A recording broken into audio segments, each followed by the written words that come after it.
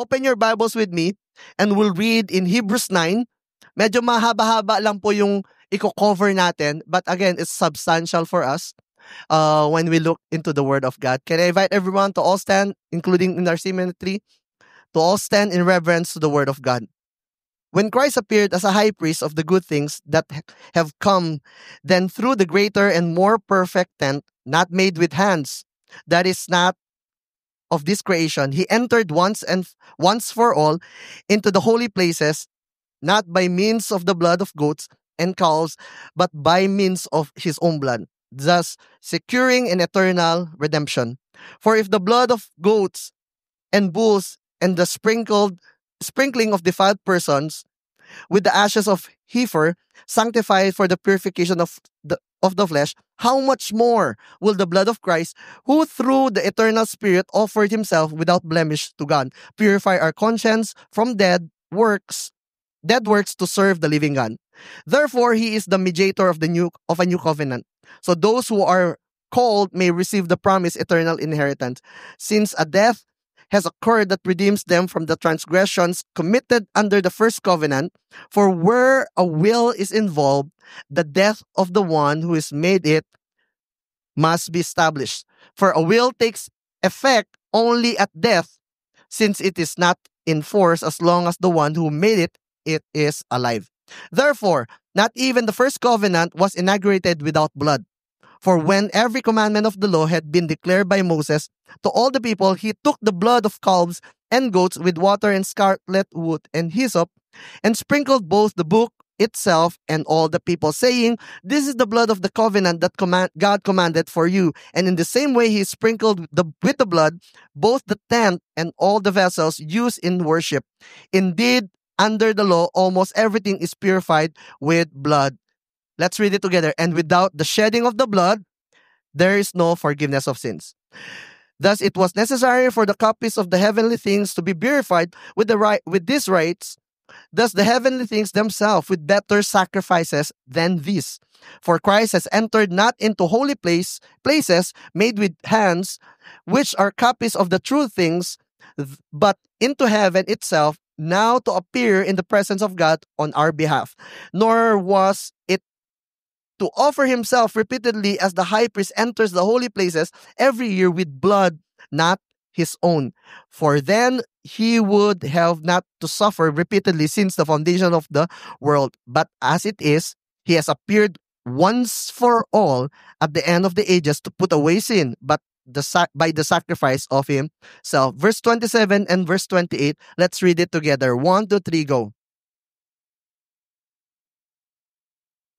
And after that comes judgment. So Christ, having been offered once to bear the sins of many, will appear a second time, not to deal with sin, but to save those who are eagerly waiting for him. This is the word of the Lord. God, we receive your word today. We believe your forgiveness. You truly made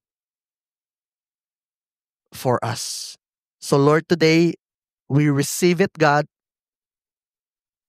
by faith and full of hope. May you bless the preaching of your word. May you speak to us in this cinema and even in the other cinema. May you capture every heart in this room today. We honor you. We worship you. In Jesus' name, and all God's people say, amen and amen. You can all be seated. Just a show of hands po. May katabi po ba kayo may mga pinagpe-pray sa buhay? Na-appreciate niyo po kanina yung pray, thank them, okay? May katabi ka ba ang mukhang may need sa buhay? Come on, good. Now, imagine this. Imagine po, okay? I'm not declaring this, okay? Imagine this with me. Imagine this with me. You need a medical procedure that will save your life. But you know you can't afford it. Medyo mahal po. But we know we still needed it. So we go through. Nag-proceed po tayo ng procedure. And praise God, successful yung procedure. Ngayon, the medical bill arrives. And this is what is written sa medical bill. paid. Sino po sa inyo masayang-masaya kayo? Sinabi, wala po kayong babayaran. May nagbayad na po. Wow! Praise God! Tama ba? Parang hindi po kayo masaya, okay? Imagine, masaya kayo, di ba? Parang ganito po, yung mga 3 months po na kuryente nyo, hindi na kayo puputulan, may nagbayad na. Ayun, wow! Di ba? At sabi, wag na po kayo magbabayad, ah. Wow. Now, you go through this and you got it for free. But someone had to sacrifice for a debt to be paid. It was free for the recipient, but someone paid the cost. Now, the thesis statement, ito po yung thesis statement nung verses na binasa po natin. Haba po nun, pero ito po yung thesis statement niya. In verse 22 of chapter 9, it says, "Indeed, under the law, everything is purified with blood. And without the shedding of the blood, there is no forgiveness of sins." Now, we'll talk about forgiveness through the blood. It's a bloody discussion. Week 5 pa lang, we've talked about Jesus as the high priest. That we can now come and draw with, we can now draw near to the throne of grace, and we can now come with confidence and now hold on the confession of our hope. Chapter 5, talking about the better high priest, and one word, mediator. And then chapter 6, we now have the better, he is a forerunner. In chapter 7 or chapter 8, it's now, he is the guarantor of the new covenant. So Jesus, as a high priest, did a lot of things than those high priests during that time. Why is this important? Because a greater understanding of this will help us in our difficult times. Context-wise, this was written to the Hebrew Christians who are professing their faith to the Lord Jesus Christ, but because of persecution, they are going back to their old ways and follows Judaism. And the writer of Hebrew reminded them and encouraged them that Jesus is superior than Judaism. Jesus is superior than anything else. Who you have, which is Jesus, is better than what you have before. So, when you talk about, kaya po, ang zero in po natin dito is the blood of Christ. Blood. We need to begin in the Old Testament because Hebrew, the book of Hebrews, it's like an Old Testament in the New Testament. So meron pong Old Testament and New Testament. When Christ came, it was already a new covenant. But these Hebrew Christians, they are practicing and they're still living the Old Testament practices. Now, kaya pagpansin nyo po, bumabalik po sa mga Deuteronomy, bumabalik sa Exodus, kasi alam po nila the law of Moses. Now, we need to begin in the Old Testament. There's something about blood. Every time you hear the word blood, or not here, but you read the word blood in the Bible, blood equivalent to sacrifice. And there's no sacrifice without a blood. Now, God made a way for His people to commune with them. God is a holy God. Amen? God is a merciful God. He is a just God, but He is a loving God. Even in our disobedience, God made a way for people to come to Him, and for that covenant of the law in the Old Testament will still stand until today. That's why God, through Moses, nakalagay po sila ng sacrificial system. Ang sacrificial system provides a way for humanity to approach God in relationship in many ways. Wala po pong ganito during that time na gusto mo mag-worship kay God, punta ka lang sa SM, mag-worship. No, there is a sacrificial system. Marami pong silang sacrificial system. A sin offering, a guilt offering, a firstborn offering, a first fruit offering. Marami pong offering. Parang ganito, if you want to talk to the president, hindi po yun, punta ako bukas doon. Hindi. There's a way, there's a system. And again, it's not bad, okay? When we talk about Jesus is greater, hindi po lahat to ay bad. It was good, but it's temporary. It was a good system. Leviticus 17 verse 11, we could see here, "For the life of the flesh is in the blood, and I have given it for you on the altar to make atonement for your souls. For it is the blood that makes atonement by the life. They have what they call life in the blood. For you to experience and for God not to punish you, a blood needs to be shed. And ang word po, atonement, say with me, atonement. Para mas alam niyo, ang ibig lang sabihin po ng Hebrew ng atonement, to cover. So it's always a picture of an animal. There is an animal sacrifice to cover for the sins of a particular person. For example, Job, hindi niya po alam, nagparty po yung anak niya, sabi niya sa mga servant niya, pwede bang bukas mag-offer ka ng sacrifice? Kumuha ka ng 3 goats or 3 sheep kasi hindi ko alam kung anong ginawa ng mga anak ko. Intentional or unintentional, sacrifice it. So, yung mga goats and sacrifices na animal, a blood was shed to cover for their sins, diba? Para po siyang, instead na siya yung mapunish, someone has to die. And we could see that in the Old Testament. Genesis 3, ano po natatandaan niyo sa Genesis 3? Sin, tama, sin. The fall of humanity. Sin and rebellion. Sin and disobedience of man. Genesis 1 and 2, God created and have a fellowship with man, and they were naked and felt no shame. Genesis 3, guilt and shame was introduced.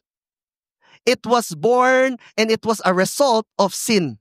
It was true then, and it was still true today. When man sinned against God, they will hide and they will felt that nakedness and felt shame. Guilt is not from God. Condemnation is not from God. Conviction is from God. Now we could see here that it result to guilt and shame. They blame one another and they made temporary coverings. Makikita po natin. Then the eyes, verse 7 of Genesis 3. Then the eyes of both were open and they knew that they were naked. Ano pong result ng ginawa nila? They sewed fig leaves together and made themselves loincloths. Here's the problem with sewing fig leaves. About maybe an hour, this will crack and destroy. They will be reminded again about their guilt and shame. Many times, up until today, ganun po yung parang yun yung po yung nagiging pattern. When we sin against God, there's like guilt and shame. Now we try to cover that. We try to patch it. We try to, sige, mag-serve pa nga ako. Kahit Kristiyano po, there's a, di ba, gagawin ko nga, babawi nga ako. We try to cover for the mistakes that we've done. Tama po mga may asawa, di ba? Pag nagkasala ka, babawi ako, di ba? Parang ayaw, wag kang bumawi, di ba? Parang ayaw ng misis ko yun eh. Wag mo nagsasabihin. Pero ako lang, next time, babawi ako. May part na gusto mong i-cover for the mistakes that you've done. Kay Lord, ganun pa rin minsan tayo. Kahit Kristiyano na po meron pa rin tayong, siguro, dadagdagan ko pa, may 1 p.m. service po ba? No, wala. Okay, baka po hanggang gabi meron, di ba? But here's the thing. God is a loving God. Before God banished them from the garden, God in His loving kindness, He did something. Genesis 3 verse 21. And the Lord God, ano po nakalagay? Made for Adam and for his wife garments of skin and clothed them. God made and God clothed them. A substitution happens. But, binayaran ba nila? Hindi. Yung pinang-cover sa kanila, hindi po siya, it was free for them, but a death of sacrificial animal was a substitutionary act. The blood of an animal was offered as a sacrifice for them to be covered with their nakedness. Now, the innocent animal's life was given in place of the guilty person's life.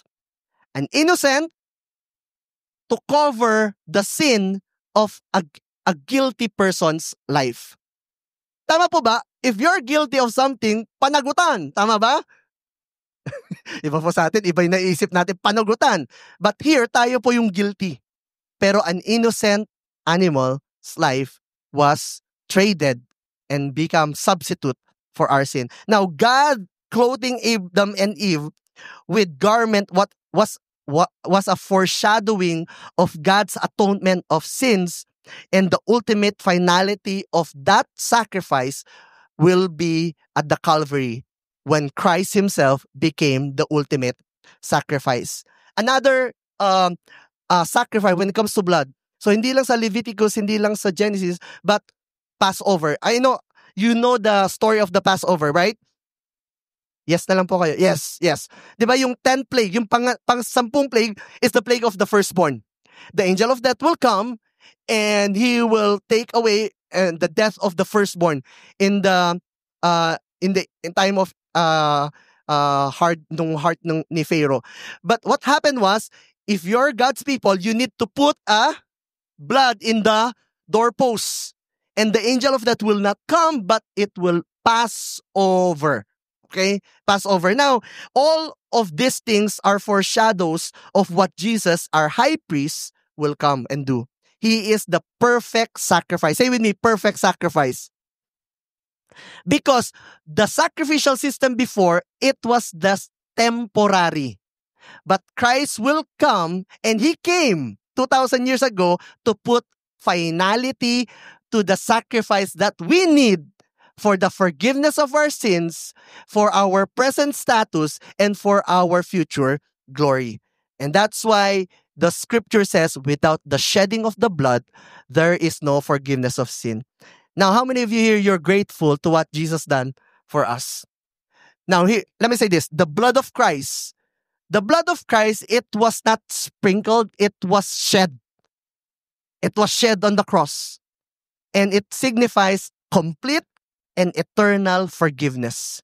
Ibig po sabihin nun, fully forgiven, fully accepted, and we have fully access before God. And here's the thing, it is not temporal. It is final. Once and for all. Say without me, once and for all.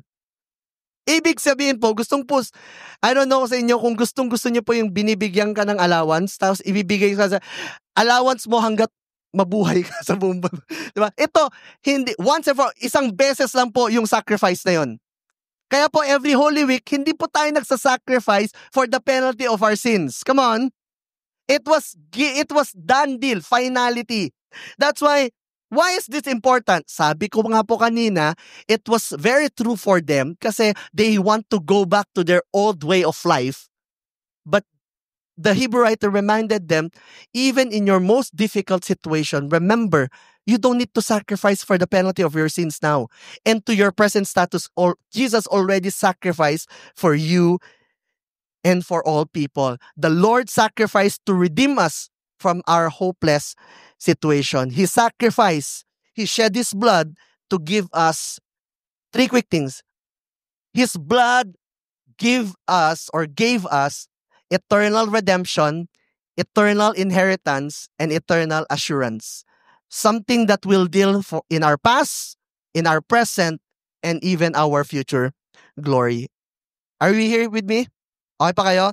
Eternal redemption, verse 11 to 12, it says, "But when Christ appeared as a priest of the good things that has come, then through the greater and more perfect tent, not made with hands, that is not of this creation, He entered once for all into the holy places, not by means of blood of goats and calves, but means of His own blood, thus securing an eternal redemption." Eternal redemption.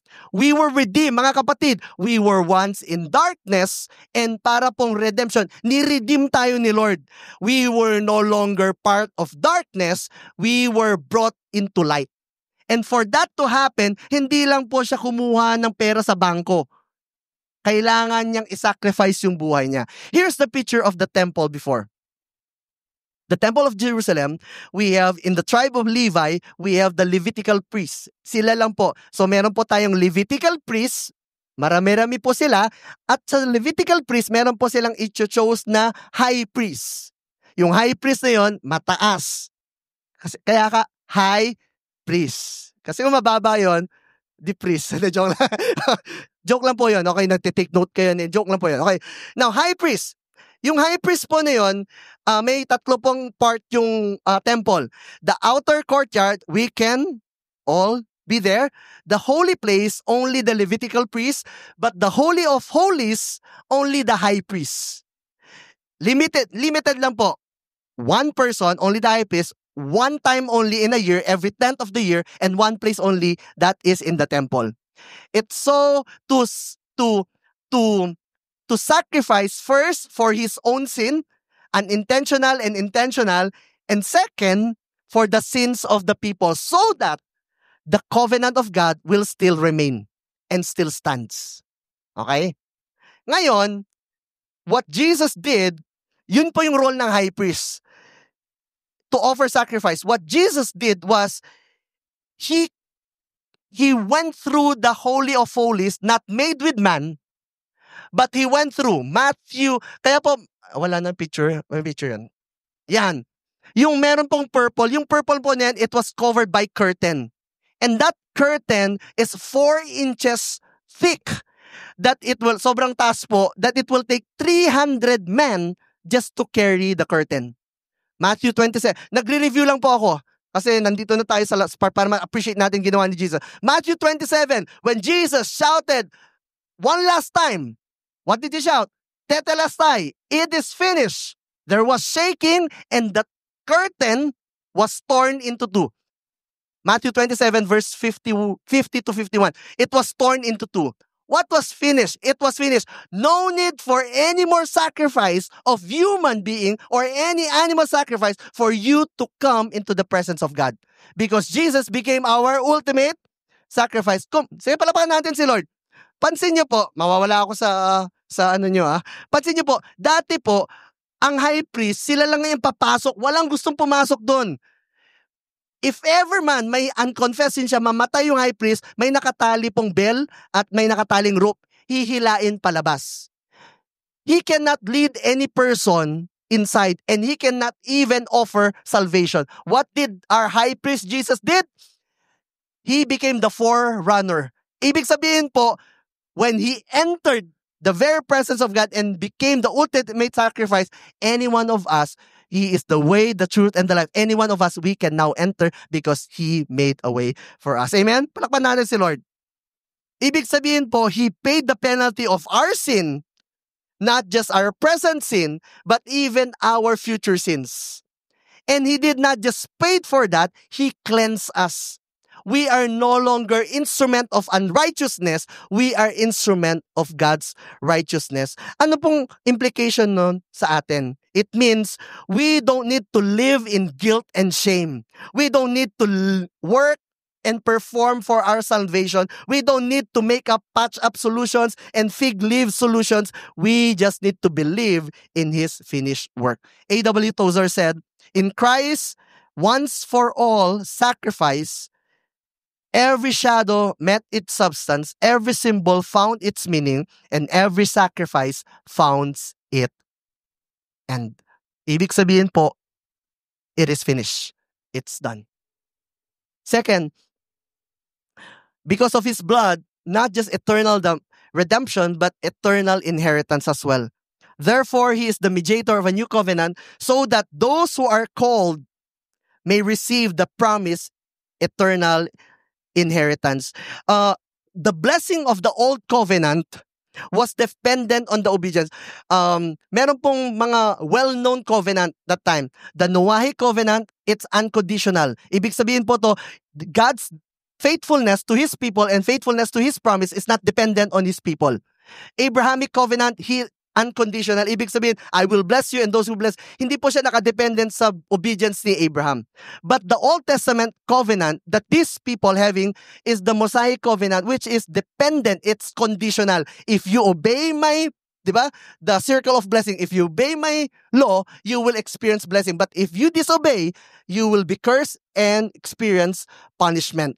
Now, the Hebrew writer reminded them that when Christ did that, because we were experience eternal redemption, part of that, we can experience eternal inheritance.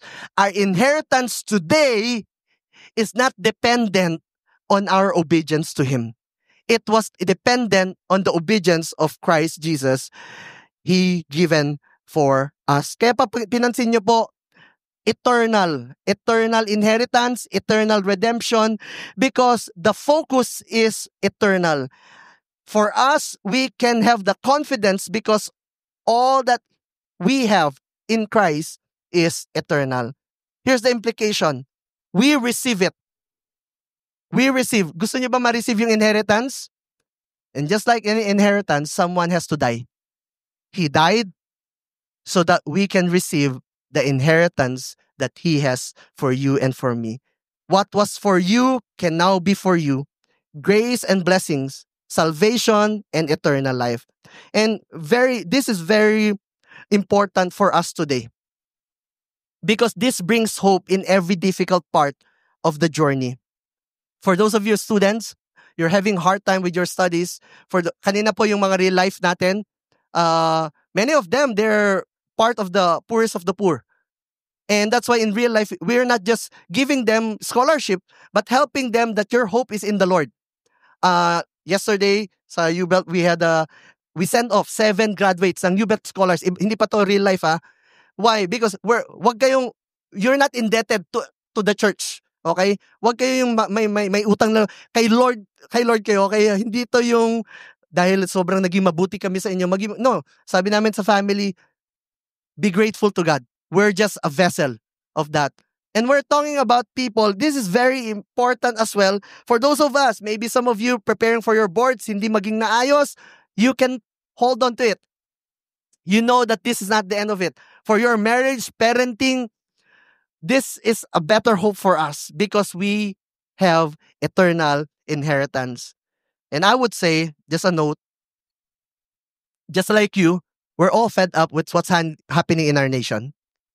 I think di po tayo matatapos dito pag pinag-usapan po natin. But this is where I put my hope. The hope of our nation, yes, we can do something. We need to take part of it.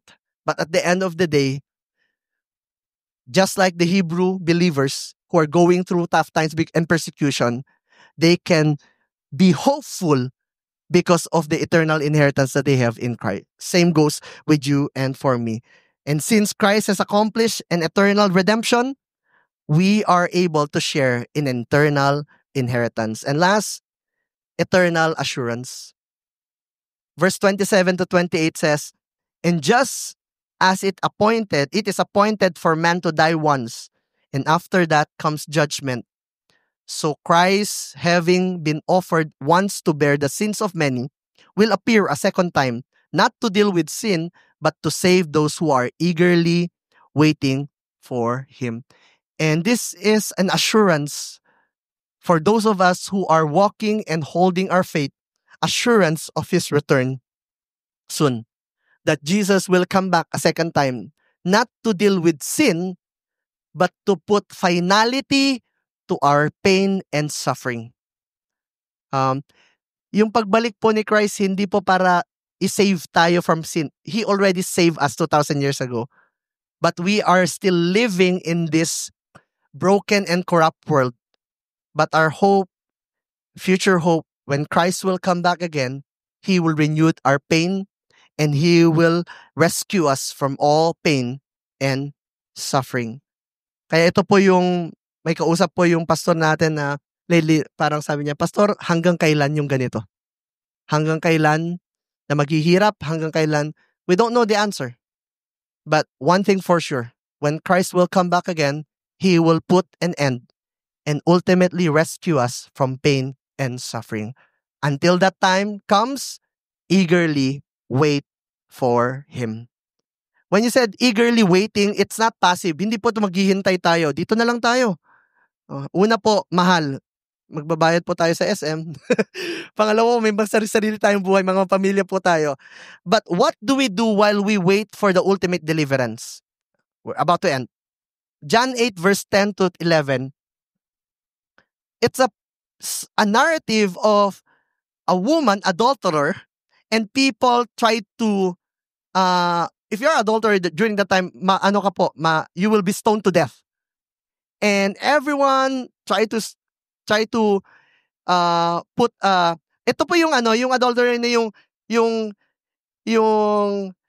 nagpupunas ng ng feet ni Jesus, kung alam lang nila ni Jesus kung sino siya. Alam niya nila sino siya. And because she was a sinner. And many people tried to ridicule this woman. And then when Jesus stood up and said to her, "Woman, where are they? Has no one condemned you?" She said, "No one, Lord." And Jesus said, "Neither do I condemn you. Go, and from now on, sin no more." Jesus is like saying, I'm taking away your guilt and shame, but hindi po nagtatapos doon, ha? I'm taking away your guilt and shame, but go and sin no more. What do we do while waiting for the second coming of Christ? He did a better sacrifice. Wala pong problema sa sacrifice ni Lord. Wala po tayong ma-add sa sacrifice niya. But what kind of sacrifice we need to do? Go and sin no more. What can we do as we eagerly wait? We live for Jesus now. Forgiveness and new life goes hand in hand. We are to live, not to die, to be a sacrifice for our sin, but to live as a living sacrifice for Him. Romans 12 verse 1 to 2 says, as we understand that Jesus sacrifice, wala pong problema dun. But how can we live out that sacrifice of Jesus in our present time today? Romans 12 verse 1 to 2 says, therefore I appeal you, my brothers, by the mercies of God, to present your bodies as a living sacrifice, holy and acceptable to God, which is your spiritual worship. Do not conform to the world, but be transformed by the renewal of your mind, that by the testing you may discern what is the will of God, what is good and acceptable and perfect.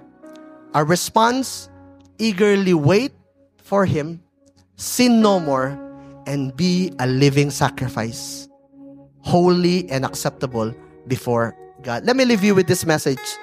We are fully forgiven and eternally redeemed by the blood of Christ once and for all. You and I, we don't need to add anything for God to forgive us and for God to redeem us. He did that once and for all. But don't forget the last part. There's a response to that. Therefore, we can live a life dedicated to Him in this present age as we eagerly await His glorious return. You don't need to pay for the penalty of your sins. You don't need to perform more duties for God to take away your sins. You don't need to worry what will happen tomorrow, because your salvation is already assured in Jesus Christ. And on the cross, He made the assurance and paid the penalty of our sins once and for all. This is Jesus, our better sacrifice, our high peace. Amen. Let's just all stand.